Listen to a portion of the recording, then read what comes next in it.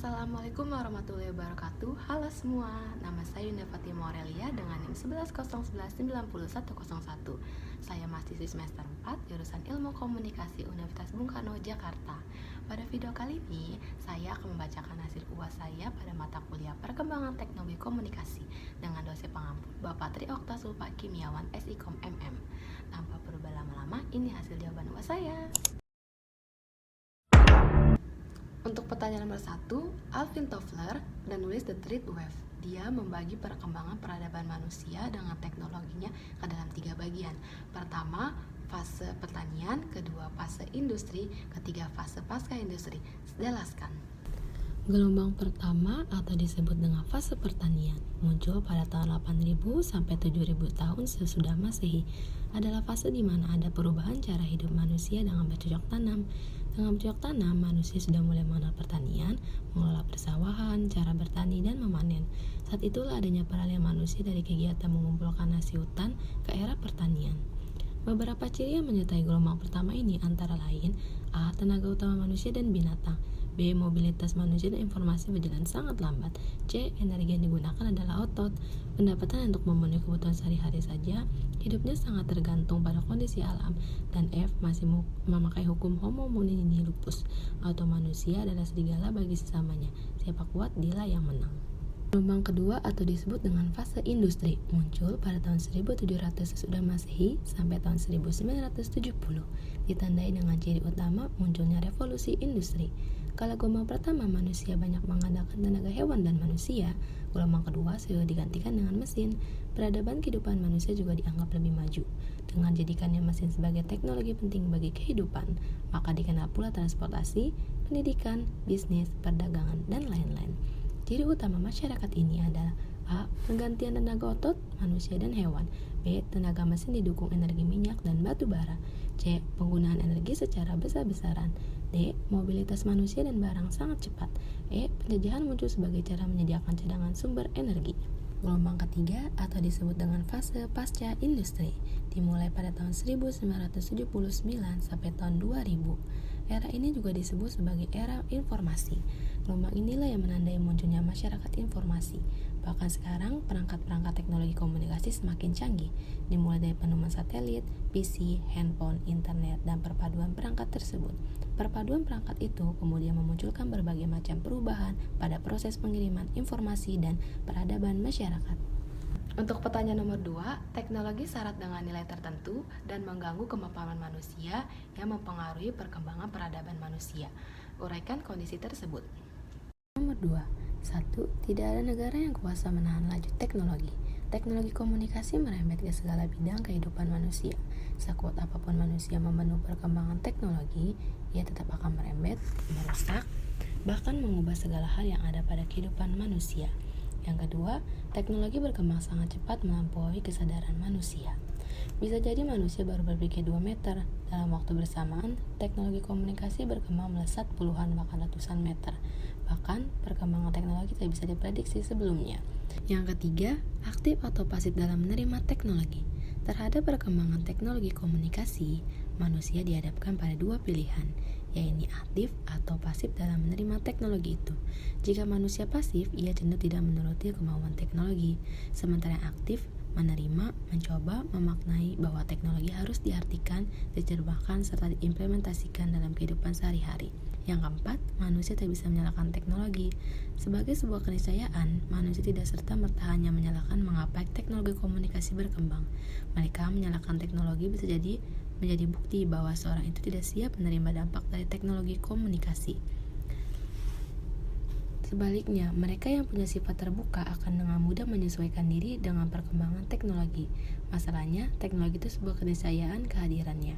Yang kelima, teknologi tak dapat dibeli. Artinya, seseorang, lembaga, atau negara jika sudah membeli teknologi, tidak otomatis bisa menguasainya. Inilah yang diartikan bahwa teknologi tidak dapat dibeli. Intinya, teknologi bukan sebuah makanan. Ketika seseorang menginginkannya, bisa langsung dibeli dan dimakan secara lahap, itu juga. Yang keenam, masyarakat maju karena teknologi. Tidak bisa dipungkiri kemajuan masyarakat sekarang karena perkembangan teknologi komunikasi. Bahkan teknologi yang berkembang berkaitan satu sama lain seperti membentuk sebuah sistem. Jika suatu unsur akan mempengaruhi teknologi secara keseluruhan, rusaknya satelit akan mempengaruhi proses distribusi informasi di seluruh dunia. Terhambatnya distribusi informasi akan berpengaruh pada aspek politik, ekonomi, budaya, pendidikan, dan lain-lain.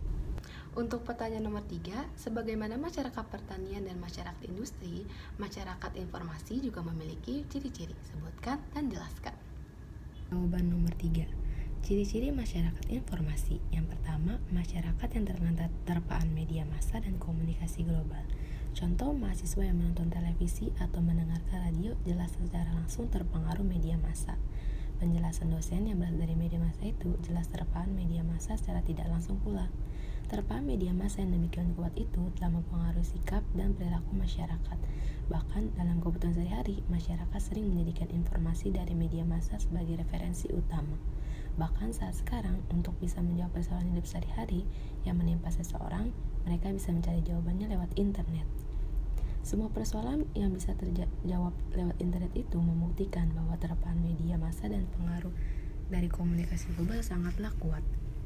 Yang kedua, masyarakat sadar akan informasi dan mendapatkan informasi secara cukup. Ciri masyarakat dalam kelompok ini punya tingkat kesadaran tinggi dalam hal kebutuhan informasi. Bagi mereka, informasi sudah menjadi kebutuhan. Apapun bisa dilakukan untuk mendapatkan informasi itu.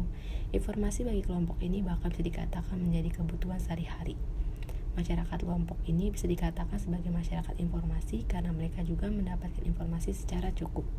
Yang ketiga, ketergantungan pada media massa sangat besar. Masyarakat informasi adalah masyarakat yang ketergantungan pada media massa, cetak, dan apapun elektronik sangat besar. Akibat perkembangan atau tepatnya ketergantungan manusia pada gadget, muncul gejala bernama nomophobia atau no mobile phone phobia. Mereka ini adalah kelompok individu yang menjadi takut jika jauh dari telepon genggamnya. Mereka bahkan lebih senang ketinggalan dompet daripada handphone. Sebab dengan handphone mereka bisa berbuat lebih banyak daripada sekedar ketinggalan dompet di rumah. Yang keempat, menjadikan informasi sebagai komoditas bernilai ekonomis. Masyarakat informasi juga dicirikan bahwa informasi itu sendiri sebuah komoditas. Kalau selama ini kita mengenal konsultan pajak atau hukum, sekarang sudah ada konsultan komunikasi. Konsultan komunikasi memberikan jasa informasi kepada masyarakat. Yang kelima, mengakses informasi superhighway atau berkecepatan cepat. Menurut John F. Pavlik, superhighway adalah jaringan elektronik yang dihasilkan oleh teknologi komunikasi canggih. Melalui informasi superhighway, individu dimungkinkan untuk berhubungan dengan individu atau masyarakat di daerah negara lain dengan cepat, dapat menyalurkan aspirasi dan ekspresi yang bisa menjadikan dirinya akrab dengan individu dan masyarakat lain, dapat mengakses semua hasil-hasil kebudayaan yang muncul di berbagai daerah atau negara. Jadi, fenomena superhighway menjadi ciri masyarakat informasi saat ini. Untuk pertanyaan terakhir yaitu pertanyaan nomor 4, masyarakat Maya memiliki realitas antara lain bermain topeng, miskinnya tatap muka, budaya narsisme, membangun avatar, alone together, budaya selalu terhubung, budaya komentar, kekarifan dan keheningan, dan kedangkalan makna. Jelaskan kesembilan tersebut. Beberapa realitas masyarakat Maya. Yang pertama, bermain topeng. Dunia virtual adalah dunia di mana seseorang bisa memakai topeng sesuai keinginannya. Oleh karena itu, saat manusia berada di dalam masyarakat Maya, ia sebenarnya sedang memakai topeng. Topeng ini berfungsi untuk menutupi keadaan sesungguhnya. Dunia topeng dalam masyarakat Maya juga disebut dengan dunia diluminating atau dunia pura-pura. Dalam dunia ini, orang bisa berpura-pura alim, bijak, sedih, gembira, pintar, cerdas, empati, dan lain-lain. Pura-pura itu akan bisa disesuaikan dengan kebutuhan situasi dan kondisi. Ada kalanya seseorang beringas, tetapi ada kalanya mencerminkan dirinya alim. Yang kedua, miskinnya tatap muka. Salah satu alasan mengapa banyak individu menjadi anggota masyarakat Maya karena akses kemudahan berkomunikasi. Sebut saja miskinnya komunikasi tatap muka dalam masyarakat Maya. Seseorang yang termaksud punya pribadi tertutup besar kemungkinan jarang berkomunikasi dengan sesamanya. Ini juga termaksud kenyataan miskinnya tatap muka. Yang ketiga, budaya narsisme. Narsisme dalam bahasa Belanda atau narsisisme dalam bahasa Inggris berarti perasaan cinta pada diri sendiri yang berlebihan. Orang yang mengalami gejala ini disebut dengan narsis. Dalam istilah sekarang, orang disebut narsis karena perilaku yang memperhatikan diri sendiri secara berlebihan. Secara sederhana juga bisa diartikan sebagai seorang yang senang pamer atau menunjukkan dirinya sendiri agar diketahui orang lain. Narsis tidak harus dengan foto, juga tulisan atau barangkali komentar-komentar dalam media sosial. Yang keempat, membangun avatar. Anggap saja Monas itu adalah avatar dari Jakarta. Ia mewakili kota Jakarta. Jika orang melihat foto Monas tersebut, seseorang juga bisa membuat avatar tertentu agar dikenal orang lain tanpa melihat diri kita sendiri. Bagaimana jika avatar dihubungkan dengan era digital? Avatar secara sederhana bisa diartikan sebagai sebuah karakter atau icon yang mewakili pengguna dalam dunia digital atau maya. Sifat, karakter, hobi, kepribadian seseorang bisa diwakili oleh avatar itu. Yang kelima, alone together. Alone together ini berarti secara fisik bersama-sama, tetapi ia tetap sendiri, acuh hampa dengan aktivitas di sekitarnya. Alone together adalah istilah khas yang melekat pada orang-orang yang sikap dan perilakunya dipengaruhi oleh keberadaan teknologi komunikasi seperti internet. Mereka ini adalah tipe orang yang cenderung asosial karena acuhnya pada keadaan sekitar akibat jaringan interaksi pada masyarakat maya. Secara fisik mereka saling kenal, secara non-fisik mereka hampa. Yang keenam, budaya selalu terhubung. Sri Tukle pernah mengatakan bahwa manusia punya hasrat selalu terhubung atau always online. Akibat dampak dari masyarakat maya, manusia dianggap tidak hanya ingin terpana pada kemajuan teknologi, tetapi sekaligus ingin menjadi bagian dari teknologi itu sendiri. Selalu terhubung menjadi ciri manusia modern dalam masyarakat maya. Selalu terhubung bisa dilihat dari kecenderungan manusia untuk selalu berbagi lewat postingan. Yang ketujuh ada budaya komentar. Budaya komentar telah mendorong manusia untuk eksis dalam masyarakat maya. Yang kedelapan, kekearifan dan keheningan. Secara personal, masyarakat maya bisa jadi saling akrab. Mereka saling berhubungan entah melalui email atau di jaring sosial lain. Namun demikian, semakin mereka akrab dalam dunia maya atau bahkan dengan orang yang mungkin hanya dikenal melalui media sosial, menunjukkan ia sebenarnya sedang kesepian. Yang ke-9, ada kedangkalan makna. Kedangkalan makna ini bisa disebabkan karena hubungan lebih didasarkan juga pada rasionalitas ekonomis, apalagi mereka punya motivasi berada di masyarakat maya hanya untuk kepentingan bisnis. Bahkan dalam hubungan sosial, masyarakat maya pun bisa didasarkan pada rasionalitas ekonomis. Sejauh kamu tidak menguntungkan saya, hubungan kita bisa putus.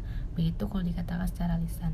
Jadi hampir tidak ada persahabatan tulen dalam masyarakat maya. Maka makna hubungan dan kepentingan dalam masyarakat maya pun terkesan sangat dangkal. Itulah hasil jawaban UAS saya pada mata kuliah perkembangan teknologi komunikasi. Kurang lebihnya saya mohon maaf. Wabillahi taufiq wal hidayah. Wassalamualaikum warahmatullahi wabarakatuh. Bye.